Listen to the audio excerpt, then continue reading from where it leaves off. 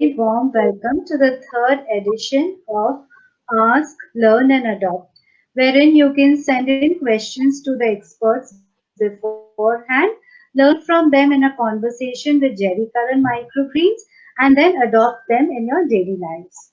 Today we have with us a certified health coach, Megha Rawal, who believes in mentoring people as to make the right choices to improve their lifestyles, and in doing so she chooses to go by the body type so that it becomes a very realistic journey for them. So welcome, Megha, and we are waiting to hear from you today. So Thank would you you so like much. Thank you so much for having me over. on the onset, I would like you to explain what are micronutrients and why are they important for us? So, micronutrients are called micro for a reason. Micro means we need them in minuscule quantity, but they have a Mhm. huge role to play in our body functions. Mhm. Micronutrients are responsible for production of hormones, for production of enzymes, and also Mhm. for the proper growth of bones and muscles.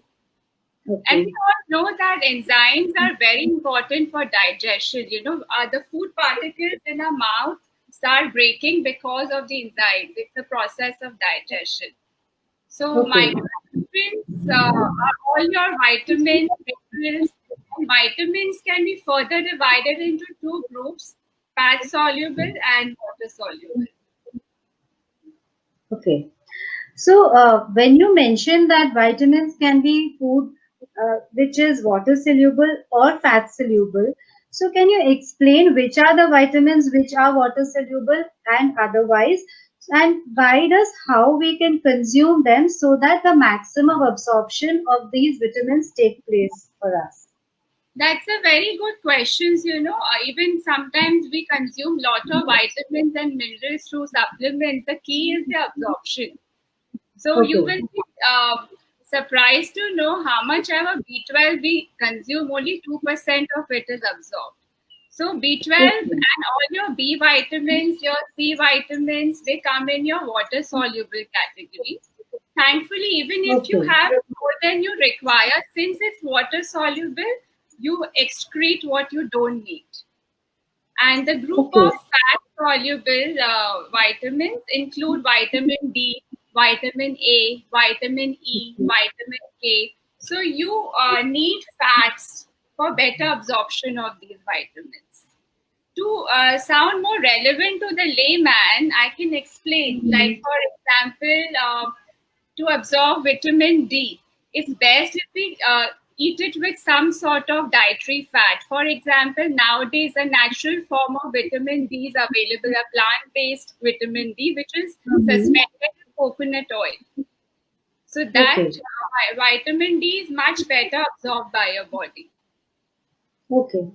So we hear that vitamin D is absorbed by the body if we are exposing ourselves to the sun. Can you guide us how we should go through this process? Which is the best time to sun ourselves? Definitely, see, because there were monsoons, so a lot of people could not go sunning, or there is a myth that we should always wear sunscreens even when we are sitting by the window at home. The Okay. problem with sunscreen is that it blocks the sunlight, it does not open Mhm. your pores, and for vitamin D to be absorbed properly from your in your body, your pores have to open. So ideally, I Okay. suggest taking a walk between 8 a.m. to 10 a.m. outdoors Mm-hmm. or doing some workout outdoors. So you're sweating, your pores are open, and you are absorbing the fresh vitamin D, which is so naturally, abundantly available in nature. And if you miss the morning slot, in the evening, you can sun between 4 p.m. to 6 p.m. The guideline is your shadow has to be longer than you. Okay. When your shadow is longer than you, that is the best time to sun. Also, you get a signal once your skin starts to burn, it means you've had enough. Because we don't Okay. know when the sun is strong, even at 9 a.m. It could be really strong, and you have to spend 20 minutes by the clock because my health coach has told me so. So, if your body. If your skin starts burning, go indoors even after 10 minutes of sunning. Okay.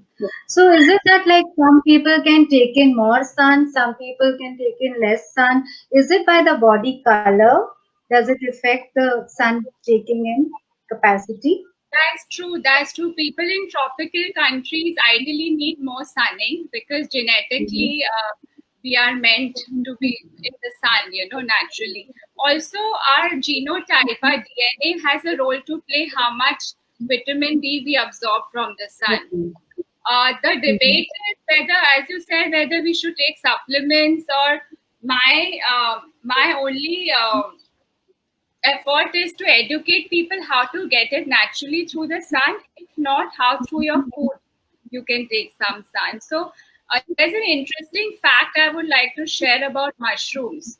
Like Yeah. human body, if you expose mushrooms to the sun, it will start absorbing sun. So if Oh.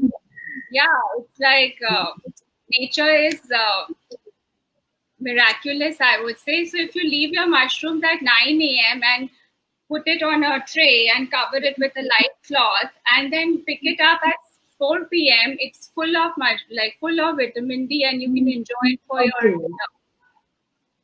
Okay. So that means dehydration of the mushroom is getting more vitamin D in the mushrooms. Okay. Exactly, exactly. And if you slice your mushrooms and sun it, you increase the surface area of sunning.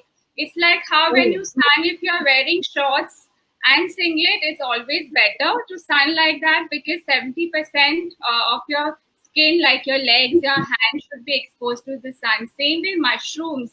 If you increase the surface area for sunning, it will absorb more vitamin D. okay. And So, yeah, so this was the fat soluble vitamin which we were speaking about. So, sorry. if this was sunning is one way, which are the other things or other ways in which we can get maximum out of the food which we are eating? So, say if you are consuming fat soluble vitamins, so which are they and how do you think it would be enhanced, the absorption would be enhanced? In which combination would you suggest we should have it? Excellent question. Now, coming back to vitamin D, I would like to point out that how we love the taste of sauteed mushrooms with broccoli, with a side of Mhm. hummus or tahini. Now, broccoli is rich in calcium, or even if you Yeah. sprinkle some sesame over this, so the calcium in your tahini or the sesame gets better absorbed with Okay. the vitamin D of mushrooms, and also the these combinations are traditionally used in Chinese cuisine or even in Italian Okay. cuisine. So they enhance each other's absorption. For vitamin A, um, all your root vegetables like carrots, they are rich in vitamin A. So Mhm. traditionally, if you like Indian food, that like a gajar paratha with a dollop of your homemade butter or homemade ghee is good. It's excellent. Mhm. Also with some coconut oil, gajar ka paratha with some coconut oil for those who are Mhm. vegan is a good combination to absorb the vitamin A of the carrots. Also Okay. sauteing your bell peppers, your yellow peppers, your red peppers, these are rich in vitamin A again, and the olive oil, you should use all these Okay. pressed extra virgin olive oil and other oils. These fats are good fats. If used sparingly, they definitely enhance the absorption of these fat soluble vitamins from food. Okay.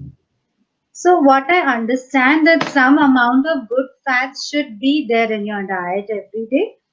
That helps Definitely, absorption of the definitely, vitamins and important minerals. Okay. So definitely. I also understand that since many years I have seen doctors prescribing that you take your vitamin D in combination with calcium. So is that what you're suggesting when you say that you should mix your mushrooms and your broccoli so you get a combination of calcium and vitamin D? Exactly, exactly. So there is Okay. a science behind it. That's why the doctors have suggested. we just have to be more mindful that we don't have to take vitamin D supplements blindly. Just because we Mhm. are not able to sun, let me take it every week or every day because it's fat soluble. If it's excess, then there are side effects attached to it. It may absorb too much calcium, which may cause calcification in your body. So, Okay.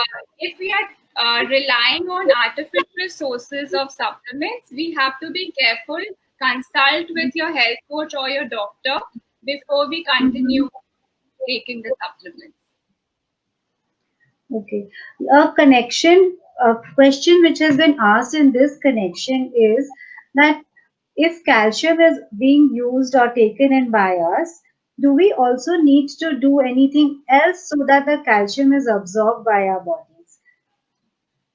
Basically, I'm not a big propagator of calcium supplements because why is calcium taken? If it's primarily for your bones, then our bones are not only made up of calcium. It's made up Mhm. of protein, which gives it bendability so that it doesn't break when you fall. Calcium gives the Mhm. hardness to the bone. So if there's too much calcium in your bone, it will break. And then Okay. other minerals like magnesium, phosphorus, all these components make your bones. So I would say not to obsess over one particular mineral or vitamin and take Mhm. supplementation. You have to listen to your body. What is your symptom? Are you getting fatigue? Are you getting low energy? Or you're getting cramps? These could be related to B12 deficiency as well. Because Okay. what has happened is we've started overwashing our vegetables so much Okay. that there's no natural, bacteria which initiates B12 is going into our system. We are living in, Okay. especially with COVID, in an over hygienic place. I'm sure your microgreens with some mud has some B12. It's something interesting to explore. Yes, we grow in compost and we also like to preserve the microorganisms present in the compost because research is showing us that the compost grown microgreens are more rich in nutrients than if we are growing in a coir pad or a jute pad or hydroponically. So I definitely believe in the earthworm, which is the friend of the farmer, my friend also. So, Absolutely. This reminds me of one important fact I'd like to share that even if the data shares that this particular food has this much micronutrient, we have to find out what soil it is growing in because the soil in Punjab or the soil in Maharashtra have a different nutrient profile. And if there is no crop rotation done, then that mhm. soil is deficient of that particular nutrient. So the carrots may not have as much vitamin A if it's just if in that soil only carrots are growing. So I Okay. think the body is our temple, and we should do full research in where we source our food from, how we pair it, and go for organic and live foods, like sprouts, microgreens, add more of these elements to our diet. So, Priyanka asks me that whether a combination of millets and your vitamins is going to give you a complete diet. I think you mean to say millets with legumes because there is a perception that plant based proteins are incomplete proteins, right? So, how we Mhm. pair dal chawal, rajma chawal for a complete protein profile, same way nowadays millets are considered the new age grain, which is a paradox. They are the ancient grains which have made a Yes. comeback because it is so easy to grow millets. You don't need so much water, so it's a sustainable food of future. Now, millets have the whole roundup of essential amino acids. So it is when combined with your legumes and pulses, it does give you a complete protein profile. So, and millets are very rich in micronutrients, very rich in zinc, magnesium, phosphorus, even calcium for that matter. Yeah. So, what else should we add to this combination so that our diet is fully balanced? For me, adding a variety is very important. Like instead of having only rice for dinner, one day we should alternate. One day rice, one day jawar, one day oxtail millet, for example. Quinoa made such a big deal in like 10 years ago. It was being imported from Peru and all these places, but they are grown now in South India. So locally grown quinoa is also very rich in micronutrients and in protein. So all these combined with vegetables and alkaline sources of protein, like your greens, your soaked and fermented grains, Yes. pulses, they make a good combination. Like a hummus, instead of having with your refined flour Megha pita bread, there's a Mm-hmm. reason why hummus is paired with a pita, because hummus is rich in protein, and if it's combined with a grain, it unlocks the protein. So instead of going with a refined flour or maida pita bread, you can Yes. make a jawar cracker or a millet cracker Okay. to pair Okay. with or a ragi cracker to pair with your hummus. Mm-hmm. Tell us about some Indian foods which we have been consuming and which have naturally been paired so well that the absorption is very good by the body. I think Indians have been very intelligent with their food combination. It's owing to its such food rich culture. We have so much variety. We are blessed with so much variety because of the nuances in different regions. Now, looking Mm-hmm. at something as tasty as pani puri, a homemade pani puri, Oh, I wow. think it's a very nutritionally balanced snack or a chaat, because there's a lot of imli chutney used in pani puri, which is super Yes. rich in vitamin C. That unlocks the iron in the boiled chana or the boiled moong, which is stuffed in the puri, or the date paste which is used to make the chutney. That date is rich in iron, and the vitamin C in imli again unlocks the iron in the dates. So I think, well, with your pudina, pani, and all, it's an excellent Indian chart. And in India, we use so many chutneys, like coconut chutney. And South Indians use a lot of peanut based chutney, also, even Maharashtrians. So the fat Mhm. in peanuts, the fat in coconut, they help you absorb all the vitamins and minerals. So we should not shun away fats, we should embrace fat, because fat is good for us, the good fats. Okay. So we can use coconut sparingly in our dals and our chutneys, even mix it in the rice as coconut Definitely. milk. So that Absolutely. so in case somebody wants to avoid fat, they can use coconut fat or peanut fat also in their Yeah. cooking, and that would add taste as well as health to your Yeah, we can take inspiration from Goan curries. They are okay. coconut based, or Thai curries. The base Mhm. is coconut, or sometimes a Penang curry is also peanut based. So you see, Mhm. all these have rich fats, but they are not stored as fat, because your body Okay. needs them for proper nutrient absorption. Even in Okay. Bengal, I understand, since I'm born over there. I understand how mustard is used. Mustard, Yes, cold pressed absolutely. mustard oil is used. I think it's excellent for health. To temper your vegetables and all. It unlocks the nutrition in your vegetables. Okay. So, which do you suggest is the best fat to be used? So, each body type is unique, and I cannot say, okay, for you, you should stick to only coconut oil, or if you're, Mhm. to someone else, stick to only olive oil. I would say always keep on changing your oil. Keep 3 to 4 varieties of oil in your kitchen. If you're making South Indian, use coconut oil. If you're making Chinese, use sesame oil. If you're making Italian or sauteing some vegetables, use olive oil. And don't hesitate to use extra virgin olive oil in your salad dressing, because, as I said, it helps in absorption, and also some vinegar like apple cider or regular rice vinegar. or if not vinegar, then lemon juice helps the vitamin C in this helps you unlock the iron in your salad, in your spinach leaves, or in your rocket leaves, or whichever leaves you're using in your salad. Okay. And I also believe that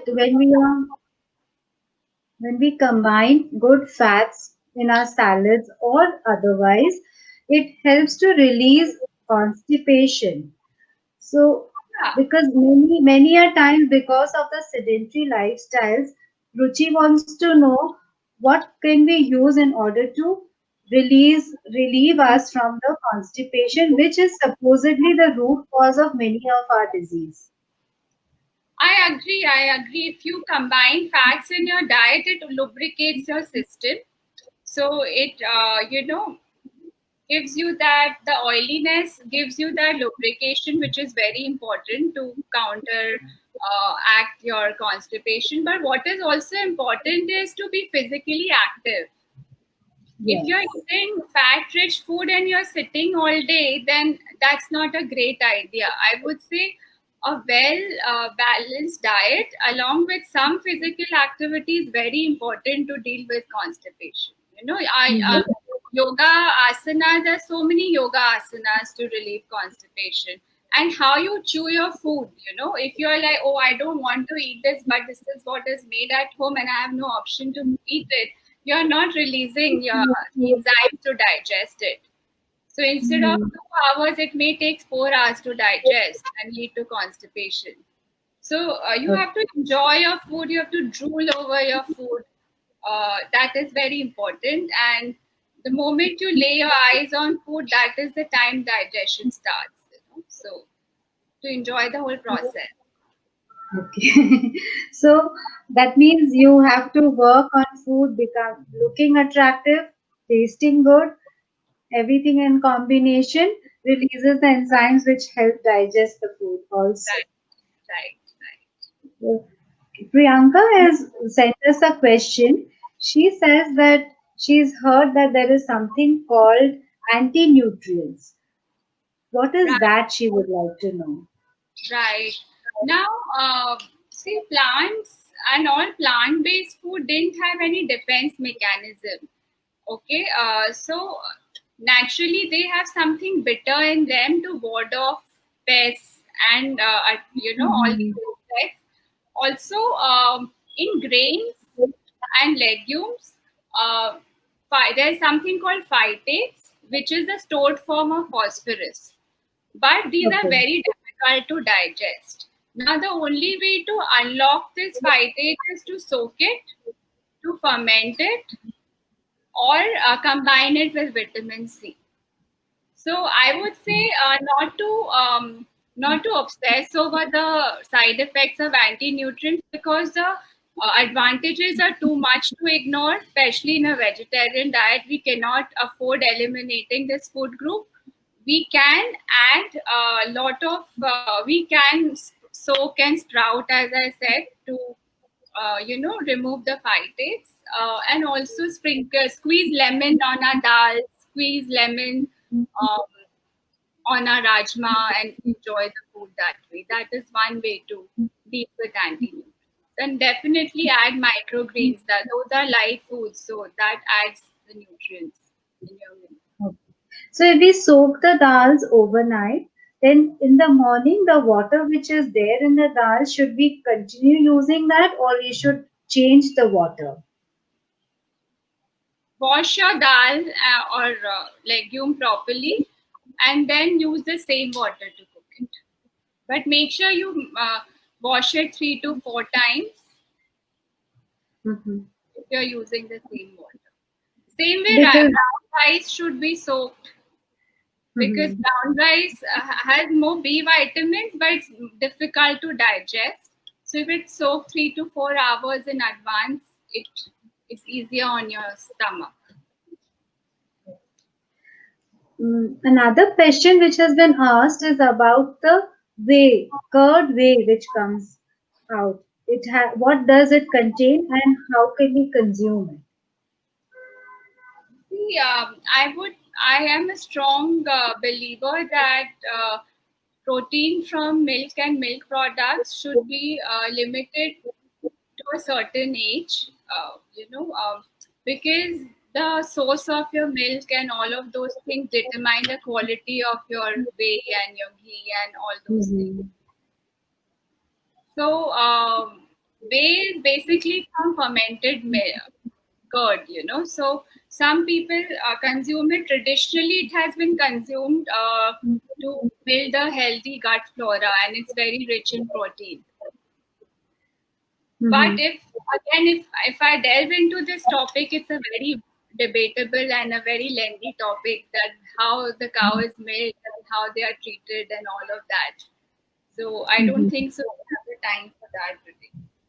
I have one Yes. interesting thing to point out, which is very prevalent in Indian household, is the habit of drinking coffee or tea with your breakfast, or immediately after lunch to, because you feel sleepy and you have to get back to work. So you're like, let me have a cup of tea. I would say Yes. that's not the right practice, because the elements in your tea totally mars the absorption of nutrients in your food, especially iron. It inhibits it. So I would say that keep a gap. Caffeine does not let proper absorption of nutrients from your food. So keep a gap of at least 1 hour post lunch Mhm. or post breakfast. Okay. So, is there any suggestion from you how what would should be the first thing we eat in the morning so that you prepare your body for the entire day? I strongly believe in following the circadian rhythm. We are products of nature, and though we have our own schedules, we should try to follow as much as we can the schedule of nature. As per the morning routine, it's a time to cleanse, so we have to support our body to cleanse. So we wake up and have some soaked raisins or soaked dried fruits, which are very rich in fiber, but also gives you the energy you need to get started in the morning. You can't afford Hmm. to, relax once you've woken up. Everyone has a routine. So I would say start your day with fruits, fresh fruits, because they are excellent cleansers. In fact, people who are constipated, they should have at least 10 soaked raisins and one soaked fig every morning, and follow it up with seasonal fruits. Now, a thing like apple, if you buy apples now, this is the season time of apples. Indian Yes. apples coming from Himachal. So even if you have with the skin, you will not worry too much about the wax coating on the skin, because you know it's not from the cold store, or it's not come from Chile or from New Zealand. Yes. So I would say have your apples with your skin in the morning. Have two bananas, whatever suits your routine. Start with lots of fruits, then you can have a protein rich breakfast. If you're working out, if you're sedentary, you don't need that. And then Mhm. our Indian food, as you said, is very well balanced. We just have to make sure that we add at least 5 to 6 portions of fruits and vegetables and a So what variety I, diet. Yeah. sorry. What I understand, you stress on locally grown food, fruits and fresh vegetables. And I personally feel that we as Indians are blessed because we have good sun, good rain, good soil. So we have such a fantastic variety of fruits and vegetables. And we have in fact forgotten some of the good vegetables like say yam, which is a root vegetable. Then we have things like arbi, in which we call arbi in Hindi. And then we have things like amaranth, which are now considered superfood in the West. And now we have started eating the West and incorporating these in our diets. So I would say we should all enjoy whatever we have in our local markets. In Bengal, in Calcutta, we should try and eat whatever is growing in our local soil. And that is the best for us, I feel. Absolutely. I agree with you completely. Okay. So, any special mention for the immunity building during these COVID times? Definitely, we should definitely eat a well balanced diet. And for immunity, again, vitamin C has a key role to play, zinc has a key role to play, iron has a key role to play.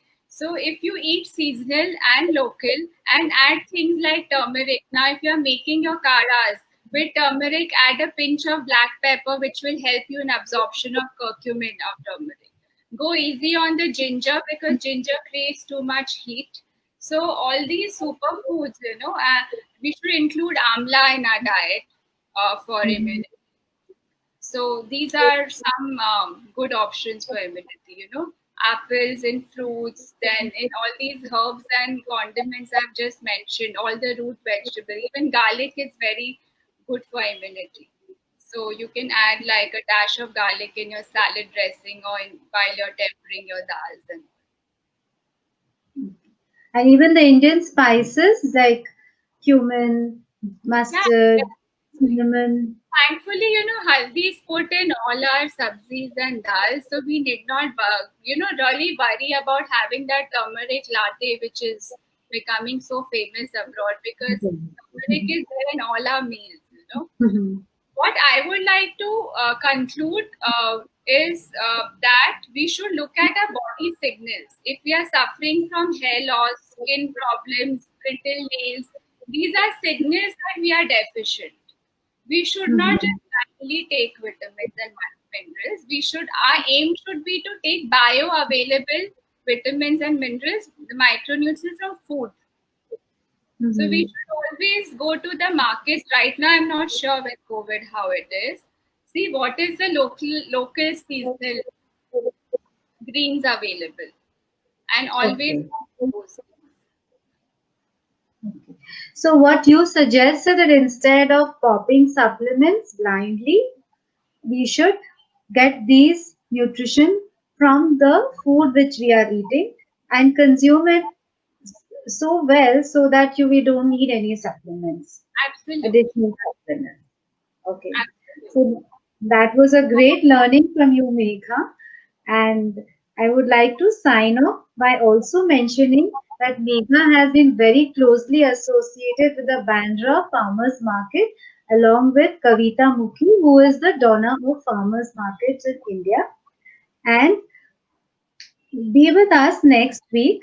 We would be bringing in Neha, who is a computer engineer and who has transformed from coding computers to good food coding in her kitchen. So she will be talking with us next Thursday on 17th of September, same time. So signing off for today. Thank you so much. Thank you so much. Thank you so much. It was great having you here with us, Neha. Same here. Pleasure is mine. Thank you so much. Megha's Insta handle is Megha underscore health coach underscore coach. And if Yes, you would like to connect with her, she would be willing to answer any further queries you have. Thank definitely. you and bye bye. Thank you. Bye.